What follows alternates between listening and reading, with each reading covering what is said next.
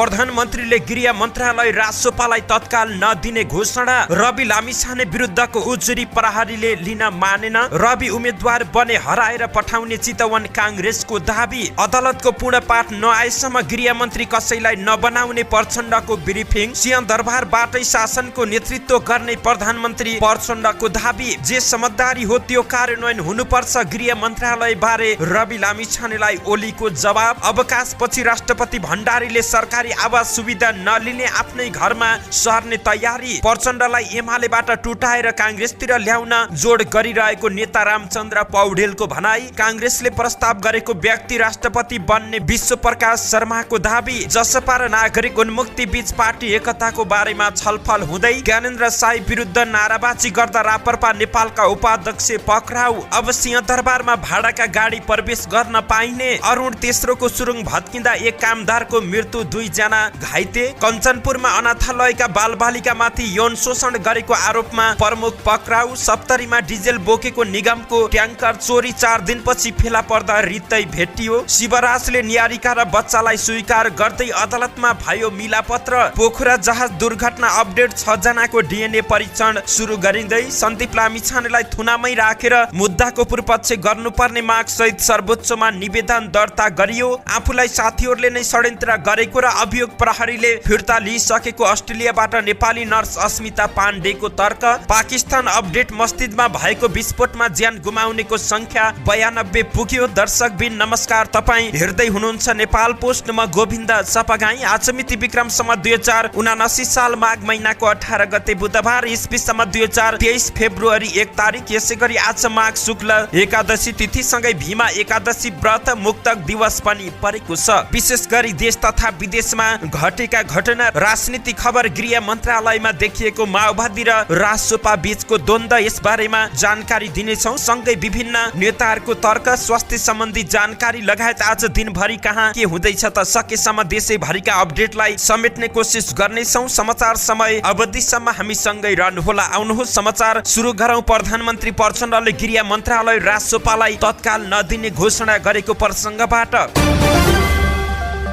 प्रधानमन्त्री पुष्पकमल दाहालले गृह मन्त्रीको जिम्मेवारी राष्ट्रिय स्वतन्त्र पार्टीका सभापति रवि लामिछानेलाई नदिने भएका छन्। नागरिकताका कारण सांसद बन्ने योग्यता सर्वोच्चबाट गुमाएका लामिछानेले बारम्बार गैर सांसदका रूपमा आफूलाई गृह मन्त्री बनाउन भनेर दबाब दिने र सरकारको सहयात्री एमाले मार्फत पनि दबाब दिन थालेपछि लामिछानेलाई अहिलेको अवस्थामा गृह मन्त्रालय आफूसँगै राख्ने निर्णयमा दाहाल पुगेका छन्। दाहालले मंगलबार बसेको पार्टीको पदाधिकारी बैठकमा गृह मन्त्रालयमा नयाँ मन्त्री नियुक्त नगर्ने र लामिछानेलाई नदिने निर्णय सुनाएका थिए। पार्टी कार्यालय पेरिस डाँडामा बसेको बैठकपछि सचिव गणेश शाहले भने अहिले रवि लामिछाने बारे जुन सर्वोच्च अदालतको निर्णय रहेको छ त्यसको पूर्ण पाठ अझै नआइसकेको अवस्था रहेको छ। गृह मन्त्रालय अहिले प्रधानमन्त्री प्रचण्डले नै हेर्ने तयारी भएको छलफलमा बताइएको छ। लामिछाने मंगलबार बिहानै प्रधानमन्त्री दाहाललाई भेट्न बालुवाटार पुगेका थिए। त्यहाँ उनले आफूलाई 6 महिनाका लागि गैर सांसदका रूपमा गृह मन्त्री बनाउन माग गरेका थिए। गैर सांसद मन्त्री बन्ने संवैधानिक व्यवस्था अनुसार नै आफूलाई गृह मन्त्रीमा फर्काउन उनको माग रहेको थियो। रासोपाका महामन्त्री मुकुल ढकालले भने गृह मन्त्री यसअघि आफ्नो पार्टीको भागमा परेको र त्यसको पालना गर्दै तत्काल पार्टीबाट गृह मन्त्रीको नाम पठाउन माग गर्नका लागि प्रधानमन्त्रीलाई आग्रह गरिएको बताए। त्यसो हुन नसकेमा राजनीतिक अवस्था सरकार बन्नु पहिलेकोमा जाने उनको भनाइ रहेको छ। हामी सरकारमा जाँदै गर्दा काम गर्ने वातावरण बनाउने सहमति भएर हामी सरकारमा गएको हो। जिम्मेवारी बाँडफाँडमा गृह मन्त्रालय हामीलाई परेको छ। आज गृह मन्त्रालय नदिनियो भने त हामीलाई सरकारमा पङ्गु बनाएर काम गर्न नदिने हिसाबले राष्ट्रिय स्वतन्त्र पार्टीलाई असफल बनाउने षड्यन्त्र भएको हो कि भनेर पनि हेर्नुपर्छ उनले भने। प्रधानमन्त्री प्रचण्डले सरकार गठन भएको बेलामा भागबण्डाका आधारमा राजसभाबाट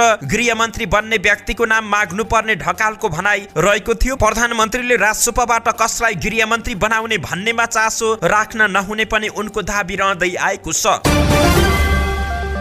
काठमाडौँ प्रहरीले निवर्तमान गृहमन्त्री रवि लामिछाने विरुद्धको जाहेरी लिन अस्वीकार गरेको छ। लामिछाने अमेरिकाको राजधानी हुँदाहुँदै नेपाली राजधानी बनाएको विषयमा छानबिन गर्न माग गर्दै युवराज पौडेल सहितको टोली प्रहरी कहाँ पुगेको थियो। उनी सहितको टोलीले नागरिकता लिँदा पनि अहिले प्रक्रिया पूरा नगरेको र राजधानीका विषयमा अनुसन्धानको माग गर्दै निवेदन लिएर गएको थियो। प्रहरीले भने अदालतको पूर्ण पाठ नआउँदासम्म निवेदन दर्ता गर्ने कि नगर्ने भन्ने विषयमा निर्णय नगर्ने भन्दै त्यसपछि मात्रै आउन भनेको छ। पौडेलले भने अहिले प्रहरीबाट जाहेरी खारेज भएको पनि होइन, तर फैसलाको पूर्णपाठ प्राप्त भएपछि मात्र जाहेरी दर्ता गर्ने वा नगर्ने निर्णय हुन्छ भनेर फर्काएको उनले जानकारी दिएका छन्। राष्ट्रिय स्वतन्त्र पार्टीका सभापति रवि लामिछाने पुनः उम्मेद्वार भए हराएर पठाउने चितवन कांग्रेसले दाबी गरेको छ। नेपाली कांग्रेसका चितवन सभापति राजेश्वर खनालले चितवन 2 मा हुने उपनिर्वाचनमा रवि उम्मेद्वार भए कांग्रेसको लागि सहज नहुने बताएका छन्। 32 दिनमा गृहमन्त्री हुँदा उहाँले के गर्नुभयो चितवनका मतदाताले बुझिसके खनालले भने। नागरिकता र दोहोरो पासपोर्टको मुद्दा मतदाताले बुझिसकेको पनि उनको तर्क रहेको छ। नयाँ दल र रविको तरङ्गले मतदाता भरममा परे पनि उपनिर्वाचनमा उक्त भरम तोडिने खनालले दाबी गरेका छन्। कांग्रेस निकट चितवन काठमाडौँ सम्पर्क समितिले गरेको पत्रकार संघको भेटघाटमा उनले भने गठबन्धन गरे जिती हालिन्छ नि भन्ने कांग्रेसलाई रहेको थियो, तर कार्यकर्तामा त्यस्तो हुन सकेन। सभापति शेरबहादुर देउवालाई भेटेर चितवन 2 को उपनिर्वाचनका बारेमा 3 दिन अघि छलफल गरेको उनले बताए। उम्मेद्वारको आकांक्षी आफू रहे पनि जिल्ला सभापति भएको हुँदा अघि सरेर दाबी गर्न नमिल्ने खनालले सुनाए। जुनसुकै व्यक्तिलाई टिकट दिए पनि पार्टीका आन्तरिक संरचनामा प्रतिस्पर्धा गरेकालाई उम्मेद्वार बनाउन सभापतिलाई सुझाव दिएको उनले बताएका छन्। गत निर्वाचनमा चितवन 2 बाट केन्द्रीय सदस्य उमेश श्रेष्ठ कांग्रेसबाट उम्मेद्वार बनेका थिए। श्रेष्ठले स्थानीय तहमा हुने पार्टी भित्रको अधिवेशनमा निर्वाचित हुँदै आएका थिएनन्। कांग्रेसबाट उम्मेद्वार बनेका श्रेष्ठलाई भौगोलिक अवस्था र कार्यकर्ता चिनाउनु पर्ने समस्या समेत पार्टीलाई रहेको उनले सुनाए। बाटो र कार्यकर्ता चिनाउँदै मतदाता चिनाउन भ्याइएन खनालले तर्क दिएका छन्। गत निर्वाचनमा राष्ट्रिय स्वतन्त्र पार्टीका सभापति लामिछानेले कांग्रेसका उम्मेद्वार श्रेष्ठलाई फराकिलो मतान्तरले हराएका थिए। लामिछानेले 49,300 मत प्राप्त गर्दा श्रेष्ठले 14,988 र एमालेका उम्मेद्वार कृष्ण भक्त पोखरेलले 14,652 मत ल्याएका थिए। लामिछानेको सांसद पद सर्वोच्च अदालतले खारेज गरिदिएपछि चितवन 2 मा पुनः निर्वाचन हुने भएको छ। प्रधानमन्त्री समेत रहेका नेकपा माओवादी केन्द्रका अध्यक्ष पुष्पकमल दाहाल प्रचण्डले तत्काल कसैलाई गृहमन्त्री नबनाइने ब्रिफिङ गरेका छन्। हिजो पेरिसटाँडामा भएको पार्टी पदाधिकारी बैठकमा प्रचण्डले तत्काल कसैलाई गृहमन्त्री नबनाइने बताए। माओवादीका केही नेताहरूले पनि तत्काल कसैलाई गृहमन्त्री नबनाउन सुझाव दिएका छन्। अदालतको पूर्णपाठ नआउँदासम्म गृहमन्त्री बारे थप निर्णय हुँदैन भन्ने कुराकानी भयो। बैठकपछि उपाध्यक्ष कृष्ण बहादुर महराले भने अहिले गृहमन्त्रीको जिम्मेवारी प्रधानमन्त्रीले नै सम्हालिरहनु भएको त्यही कायम रहनेछ। राष्ट्रिय स्वतन्त्र पार्टीले भने गृहमन्त्री आफूहरूले पाउनुपर्ने अडान राखिरहेको छ। फरक प्रसङ्गमा महराले राष्ट्रपति राष्ट्रिय सहमति अनुसार नै बनाइने बताएका छन्। यसैगरी प्रधानमन्त्री पुष्पकमल दाहाल प्रचण्डले आफ्नो तेस्रो कार्यकालमा शासनको नेतृत्व सिंहदरबारबाटै गर्ने सोच बनाएको बताएका छन्। मंगलबार दिउँसो प्रधानमन्त्री तथा मन्त्री परिषदको कार्यालय सिंहदरबार, प्रधानमन्त्री कार्यालय मातहतका निकाय र कार्यालयहरूको बैठकमा प्रधानमन्त्रीले उक्त कुरा बताएका छन्। मैले सिंहदरबारलाई कार्य सञ्चालनको मुख्य थलोका रूपमा लिएको छु। विगतमा सिंहदरबार बाहिर र निवासबाट शासन चलाएको तितो अनुभूति तपाईँ हामी सबैसँग रहेको छ उनले भने। यसपटक त्यो गल्ती दोहोऱ्याउनु हुँदैन। विशेष परिस्थिति बाहेक सिंहदरबारबाटै काम गर्ने सोचेको छु। उनले यसपटक आफूले सिंहदरबारबाटै शासन गर्न चाहेको पनि बताएका छन्। यसपटक सिंहदरबारबाटै शासन गर्ने भन्ने सोचेको छु, यसको विशेष अर्थ रहेको छ। प्रधानमन्त्री प्रचण्डले भने सिंहदरबारबाट काम गर्नु भनेको राज्यका सबै अङ्गहरूको एकीकृत परिचालनको नेतृत्व गर्नु हो। राज्यका सबै अङ्गलाई जवाबदेही र उत्तरदायी बनाउनु पनि हो। दण्ड र पुरस्कारको व्यवस्थित प्रणाली स्थापित गर्नु पनि रहेको छ। उनले आफू नयाँ अठोटका साथ काम गर्न आएको पनि बताएका छन्। तपाईहरूले आफ्नो कुरा निर्धक्कका साथ राख्न सक्नुहुन्छ। म नयाँ अठोटका साथ काम गर्न आएको छु उनले भने। सुशासन, सामाजिक न्याय र समृद्धिको आकांक्षा पूरा गर्ने अठोटका साथ आएको छु। सदनमा मलाई प्राप्त विश्वासको मत पनि त्यही जिम्मेवारी साथ आएको छ, त्यसलाई मैले गम्भीर रूपमा लिएको छु उनको तर्क रहेको थियो। राष्ट्रिय स्वतन्त्र पार्टीका सभापति रवि लामिछानेले मंगलबार नेकपा एमालेका अध्यक्ष केपी शर्मा ओलीसँग भेट गरेका छन्। बालकोटमा भएको भेटमा रविले सत्ता गठबन्धनमा भएको सहमति अनुसार गृह मन्त्रालय राष्ट्रिय स्वतन्त्र पार्टीले पाउनुपर्ने धारणा राखेका थिए। जवाफमा एमाले अध्यक्ष ओलीले आफूहरू पनि समझदारी कार्यान्वयन हुनुपर्ने पक्षमा रहेको बताएको एमाले स्रोतले जानकारी दिएको छ। सरकार निर्माण गर्दा जे समझदारी भएको हो त्यही नै कार्यान्वयन गर्नुपर्छ ओलीको भनाइ रहेको छ। तर प्रधानमन्त्रीले के गर्छन् भन्ने कुरा अझै पनि टुङ्गो लाग्न सकेको छैन। रविसँगको भेटमा ओलीसँग एमाले उपाध्यक्ष विष्णु पौडेल पनि सहभागी रहेका थिए। सर्वोच्च अदालतको फैसलापछि पदमुक्त भएका रवि लामिछानेले नेपाली नागरिकताको प्रमाणपत्र लिएपछि फेरि गृह मन्त्रालयमा नै फर्किन खोजेका छन्। त्यसका लागि उनले प्रधानमन्त्री प्रचण्डलाई पनि दबाब दिएका छन्। त्यही सिलसिलामा एमाले अध्यक्ष ओलीलाई भेटेका हुन्। राष्ट्रपति विद्यादेवी भण्डारीले अवकाशपछि सरकारबाट आवास सुविधा नलिने भएकी छिन्। यसअघिका राष्ट्रपति डाक्टर रामवरण यादवले काठमाडौँमै घर हुँदाहुँदै सरकारले भाडामा लिइदिएको घरमा बस्दै आएको नजिर राष्ट्रपति भण्डारीले तोड्ने भएकी छिन्। शीतल निवास स्रोतका अनुसार राष्ट्रपतिबाट अवकाश भएपछि भण्डारी आफ्नै निजी निवासमा सर्ने छिन्। बुढा नीलकण्ठ नगरपालिका वडा नम्बर 2 चपली स्थित माथिल्लो भङ्गालमा उनको निजी निवास रहेको छ। केही दिन अघि मात्रै सोही निवासको जीर्ण उद्धार गरेर बस्न लायक बनाइएको छ। राष्ट्रपति कार्यालयले सरकारलाई अवकाशपछि बस्न आवास बनाइदिनु पर्ने प्रस्ताव गरेको, तर सरकारले उनकै जग्गामा घर बनाइदिन लागेको भनी केही मिडियामा प्रकाशित समाचारलाई शीतल निवास स्रोतले खण्डन गरेको छ। यो राष्ट्रपति ज्यूलाई विवादमा पार्न सुनियोजित रूपमा गरिएको दुष्प्रचार हो, स्रोतले भन्यो। राष्ट्रपति कार्यालयबाट त्यस्तो केही पनि प्रस्ताव भएको छैन। अवकाशपछि सरकारी आवास सुविधा नलिनेमा राष्ट्रपति ज्यू स्पष्ट रहनु भएको छ। राष्ट्रपतिको काठमाडौँमा घर भएको बाहेक अर्को जग्गा नरहेको पनि स्रोतको भनाइरहेको छ। अहिले घर भएको जग्गा उनले 20 वर्ष अघि नै खरिद गरेकी थिइन्। घर बनाएको पनि करिब 15-16 वर्ष भइसकेको छ। भण्डारी शीतल निवास सरेपछि त्यो घर उनका भाइले रेखदेख गर्दै आएका छन्।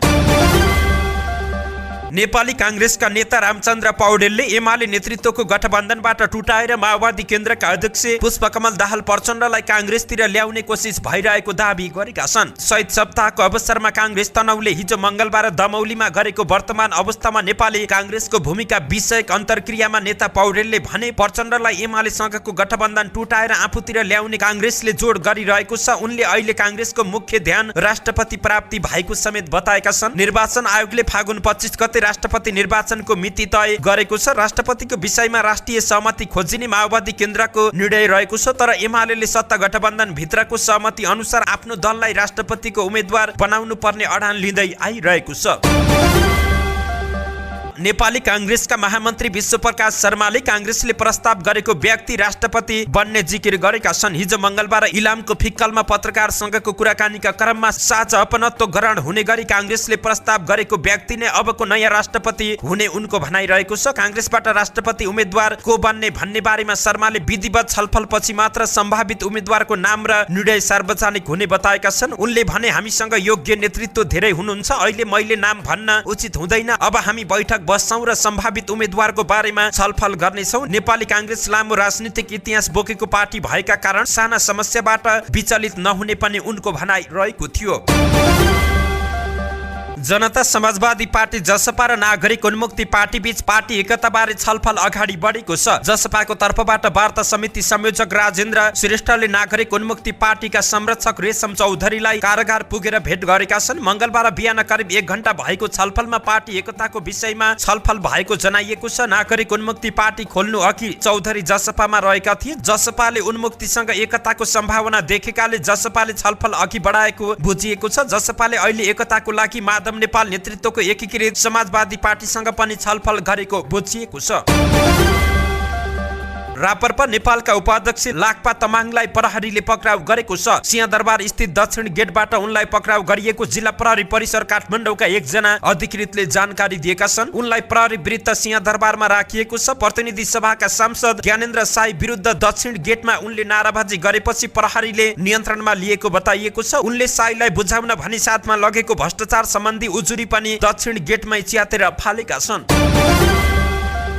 सरकारले प्रमुख प्रशासनिक केन्द्र सिंहदरबारमा भाडाका सवारी साधनलाई प्रवेशको व्यवस्था मिलाएको छ। अपाङ्ग र अशक्त नागरिकलाई सहज रूपमा सिंहदरबार प्रवेशका लागि उक्त व्यवस्था मिलाइएको श्रम रोजगार तथा सामाजिक सुरक्षा मन्त्री डोल प्रसाद अर्यालले जानकारी दिएका छन्। यसअघि सरकारी नीति, कूटनीतिक र पर्यटक सवारी साधन निर्बाध रूपमा सिंहदरबारमा प्रवेश पाउँदै आएका छन्। सरकारले सुरक्षा संवेदनशीलतालाई ध्यान दिँदै भाडाका गाडीलाई सिंहदरबार प्रवेशमा रोक लगाउँदै आएको छ। गृह मन्त्रालयसँग समन्वय गरेर आजदेखि अपाङ्ग र अशक्त नागरिकलाई सहज रूपमा सिंहदरबार प्रवेश गर्न सहजीकरण गर्ने उद्देश्यले सो व्यवस्था गरिएको मन्त्री अर्यालले जानकारी दिए। अपाङ्ग र अशक्त नागरिकलाई राज्यले उपलब्ध गराएको परिचय पत्रका आधारमा सुरक्षा कर्मीले उनीहरू सवार भाडाका गाडीहरूलाई सहज रूपमा सिंहदरबार प्रवेश गराउने पनि उनले बताएका छन्।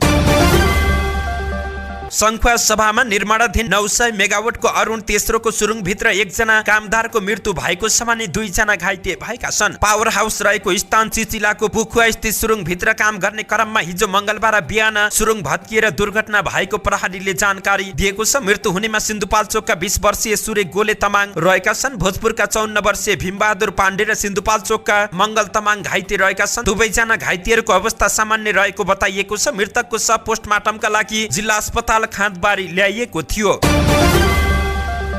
कञ्चनपुरमा बालिकाहरूमाथि यौन शोषण गरेको आरोपमा एक अनाथालयका प्रमुख पक्राउ परेका छन्। लामो समयदेखि अनाथालयमा बस्दै आएका बालबालिकाहरूलाई यौन शोषण गरेको आरोपमा अनाथालयका प्रमुख शंकर बहादुर चन्दलाई प्रहरीले पक्राउ गरेको प्रहरी नायब उपरीक्षक चक्रबहादुर साईले जानकारी दिएका छन्। बालिकाहरूमाथि यौन शोषण हुँदै आएको सूचना प्रहरीलाई जानकारी भएपछि प्रहरीले उनलाई पक्राउ गरेको छ। अनाथालयमा आश्रित 14 वर्षीय र 16 वर्षीय बालिकामाथि शोषण गरेको खुल्न आएको छ। चन्दलाई हिरासतमा राखेर थप अनुसन्धान भइरहेको डीएसपी शाहले जानकारी दिएका छन्।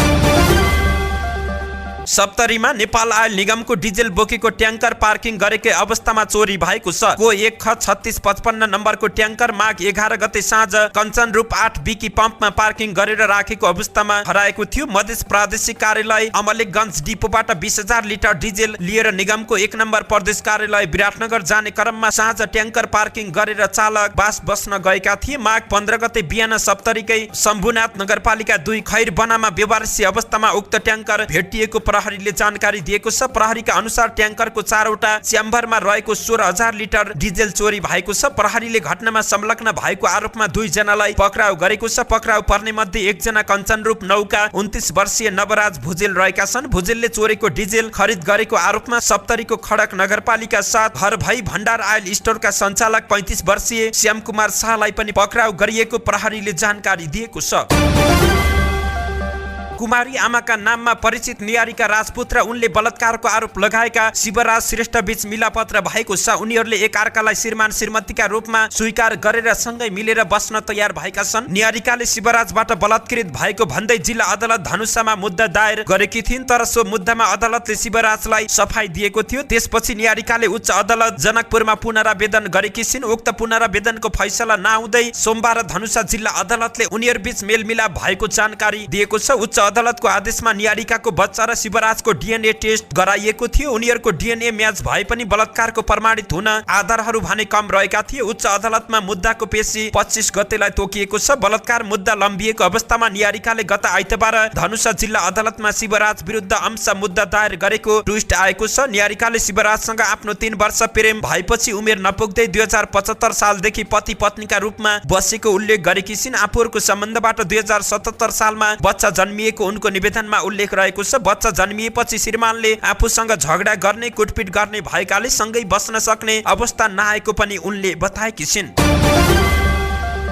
पोखरा चाह दुर्घटनामा मृत्यु भएका मध्ये 6 जनाको शव पहिचान गर्न डीएनए परीक्षण सुरु भएको छ। त्रिभुवन विश्वविद्यालय त्रिवी शिक्षण अस्पतालका फरेन्सिक मेडिसिन विभागका प्रमुख डाक्टर गोपाल कुमार चौधरीले दुर्घटनामा परि शव अत्याधिक जलेको कारणले डीएनएबाट मात्र शव पहिचान हुने भएकाले परीक्षण सुरु गरिएको जानकारी दिएका छन्। उनका अनुसार नेपाल प्रहरीको डीएनए प्रयोगशालामा शव पहिचान सुरु गरिएको छ। उनले परिवारको नमुना संकलन र 6 जना शवको हड्डी र दाँतको डीएनए निकाली प्रयोगशालामा पठाइसकेको जानकारी दिएका छन्। यो विधिबाट शव पहिचान गर्न कम्तीमा 2 हप्ता लाग्ने जनाइएको छ। काठमाडौँ ल्याएका 48 मध्ये फरेन्सिक र फिंगर प्रिन्टबाट 42 जनाको शव पहिचान गरिएको थियो। पोखरामा 22 जनाको फरेन्सिक जाँच गरी शव पहिचान गरिएको थियो। गत माघ 1 गते काठमाडौँबाट पोखरातर्फ गइरहेको यति एयरलाइन्सको जहाज सेती नदीको खोजमा दुर्घटना हुँदा 72 जना यात्रुको निधन भएको थियो। नाबालिग बलात्कारको अभियोग लागेका क्रिकेटर सन्दीप लामिछानेलाई पूर्वपक्षको लागि धरौटीमा छोड्ने उच्च अदालतको आदेश बदर गर्न माग गर्दै महान्यायाधिवक्ता कार्यालयले सर्वोच्च अदालतमा निवेदन दर्ता गरेको छ। महान्यायाधिवक्ता कार्यालयका प्रवक्ता सञ्जीव राज रेग्मीका अनुसार मंगलबार सन्दीपलाई थुनामा राखेर मुद्दाको पूर्वपक्ष गर्नुपर्ने माग गर्दै सर्वोच्चमा निवेदन दिएको छ। सन्दीप लामिछानेलाई धरौटीमा छोड्ने उच्च अदालत पाटनको आदेश कानुनी व्यवस्था र सर्वोच्चले यस्तै प्रकृतिका मुद्दामा थुनछेक बारे गरेको व्याख्याको प्रतिकूल छ भन्ने 2 आधार आधार लिएर हिजो प्रतिवेदन दिएका छौं। रेग्मीले भने 2 हप्ता अघि उच्च अदालत पाटनले लामिछानेलाई 20 लाख रुपियाँ धरौटी लिएर शर्त सहित छाडेको थियो। मुलुकी अपराध कार्यविधि संहिताको दफा 67 ले 3 वर्ष भन्दा बढी कैद सजाय हुने मुद्दामा प्राप्त प्रमाणले कसुर गरेकै देखियो भने थुनामा पठाउने स्पष्ट कानून रहेको छ। 16 देखि 18 वर्षसम्मका बालबालिकामाथि बलात्कार गरेको कसुरमा 12 वर्षसम्म कैद सजाय हुन्छ। यो मुद्दामा पीडितको उमेर 17 वर्ष रहेको बताइएको छ। उक्त दफा 67 बाहेकको अवस्थामा मात्र अदालतले अभियुक्तसँग धरौटी वा जमानत लिने वा तारिकमा राख्न सक्ने स्पष्ट विधान कानून रहेकोमा थुनाको विकल्प उद्धार हुनुपर्ने भनी आफूलाई प्राप्त अधिकार क्षेत्र भन्दा बाहिर गई विधायकी मनसाय विपरीत अभियुक्तलाई धरौटी माग गर्ने गरी भएको उक्त आदेश प्रेरितको हुँदा बदरभागी रहेको छ। निवेदनमा उल्लेख गरिएको छ। महान्यायाधियुक्त कार्यालयले सन्दीपलाई थुनामा राख्नुपर्ने जिकिर गर्दा सर्वोच्च अदालतले प्रतिपादन गरेका 2 नजिर उद्धृत गरेको छ। तीमध्ये निर्णय नम्बर 8202 मा भनिएको छ थुनछेकलाई निषेध गर्ने हो भने कुनै पनि फौजदारी मुद्दाको अनुसन्धान प्रक्रिया नै सञ्चालन गर्न सकिँदैन। त्यसरी नै शंकित आरोपमा समाजमा खुल्ला रूपमा हिँड्न सक्ने भई समाजले नै असुरक्षित महसुस गर्नुपर्ने तथा प्रमाण नष्ट गर्न सक्ने उच्च सम्भावना रहन जानुका साथै कतिपय अवस्थामा त्यस्ता अभियुक्तहरूको जीव ज्यान नै खतरामा पर्न सक्ने पनि बताइएको छ।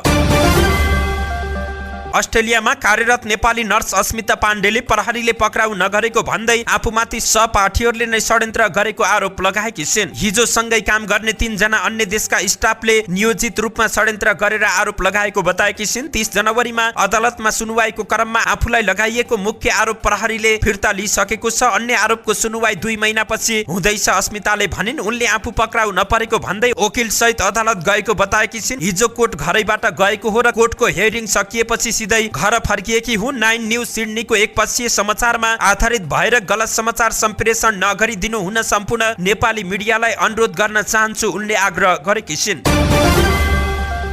पाकिस्तानको पेशावर शहरमा एक मस्जिदमा बम विस्फोटमा परेर ज्यान गुमाउनेको संख्या 92 पुगेको छ। मस्जिद विस्फोटको भग्नावशेषबाट मंगलबार अझै शवहरू निकाल्ने क्रम चलिरहेको अन्तर्राष्ट्रिय सञ्चार माध्यमहरूले जानकारी दिएका छन्। अहिले पेशावर लेडी रिडिङ अस्पतालमा 57 जना घाइतेको उपचार चलिरहेको छ। 157 जना घाइतेलाई अस्पताल ल्याइएकोमा धेरै जसोलाई उपचारपछि घर पठाइएको छ। प्रान्तीय राजधानी पेशावरमा सोमबार दिउँसोको प्रार्थनाको समयमा आक्रमण भएको थियो। अफगान सीमासँग जोडिएका क्षेत्रहरूमा आक्रमणहरू लगातार बढिरहेका छन्। मंगलबार अस्पतालबाट एएफपीलाई 23 वर्षीय प्रहरी हलदार वजाहत ओलीले भने म 7 घण्टासम्म मृत शरीर सहितको भग्नावशेष मुनि फसेको थिएँ। मैले बाँच्नका लागि सबै आशा गुमाएको थिएँ। शहरका प्रहरी प्रमुख इजाज खानले ज्यान गुमाउनेमा धेरैजसो प्रहरी रहेको र जसमध्ये 400 जना मस्जिदको कम्पाउन्डमा प्रार्थनाका लागि भेला भएको जानकारी प्राप्त भएको छ। पाकिस्तानका विदेश मन्त्री जरदारीले आक्रमणको निन्दा गर्दै आतंकवाद र यसका सहयोगीहरूलाई कडाइका साथ कारबाही गरिने चेतावनी दिएका छन्।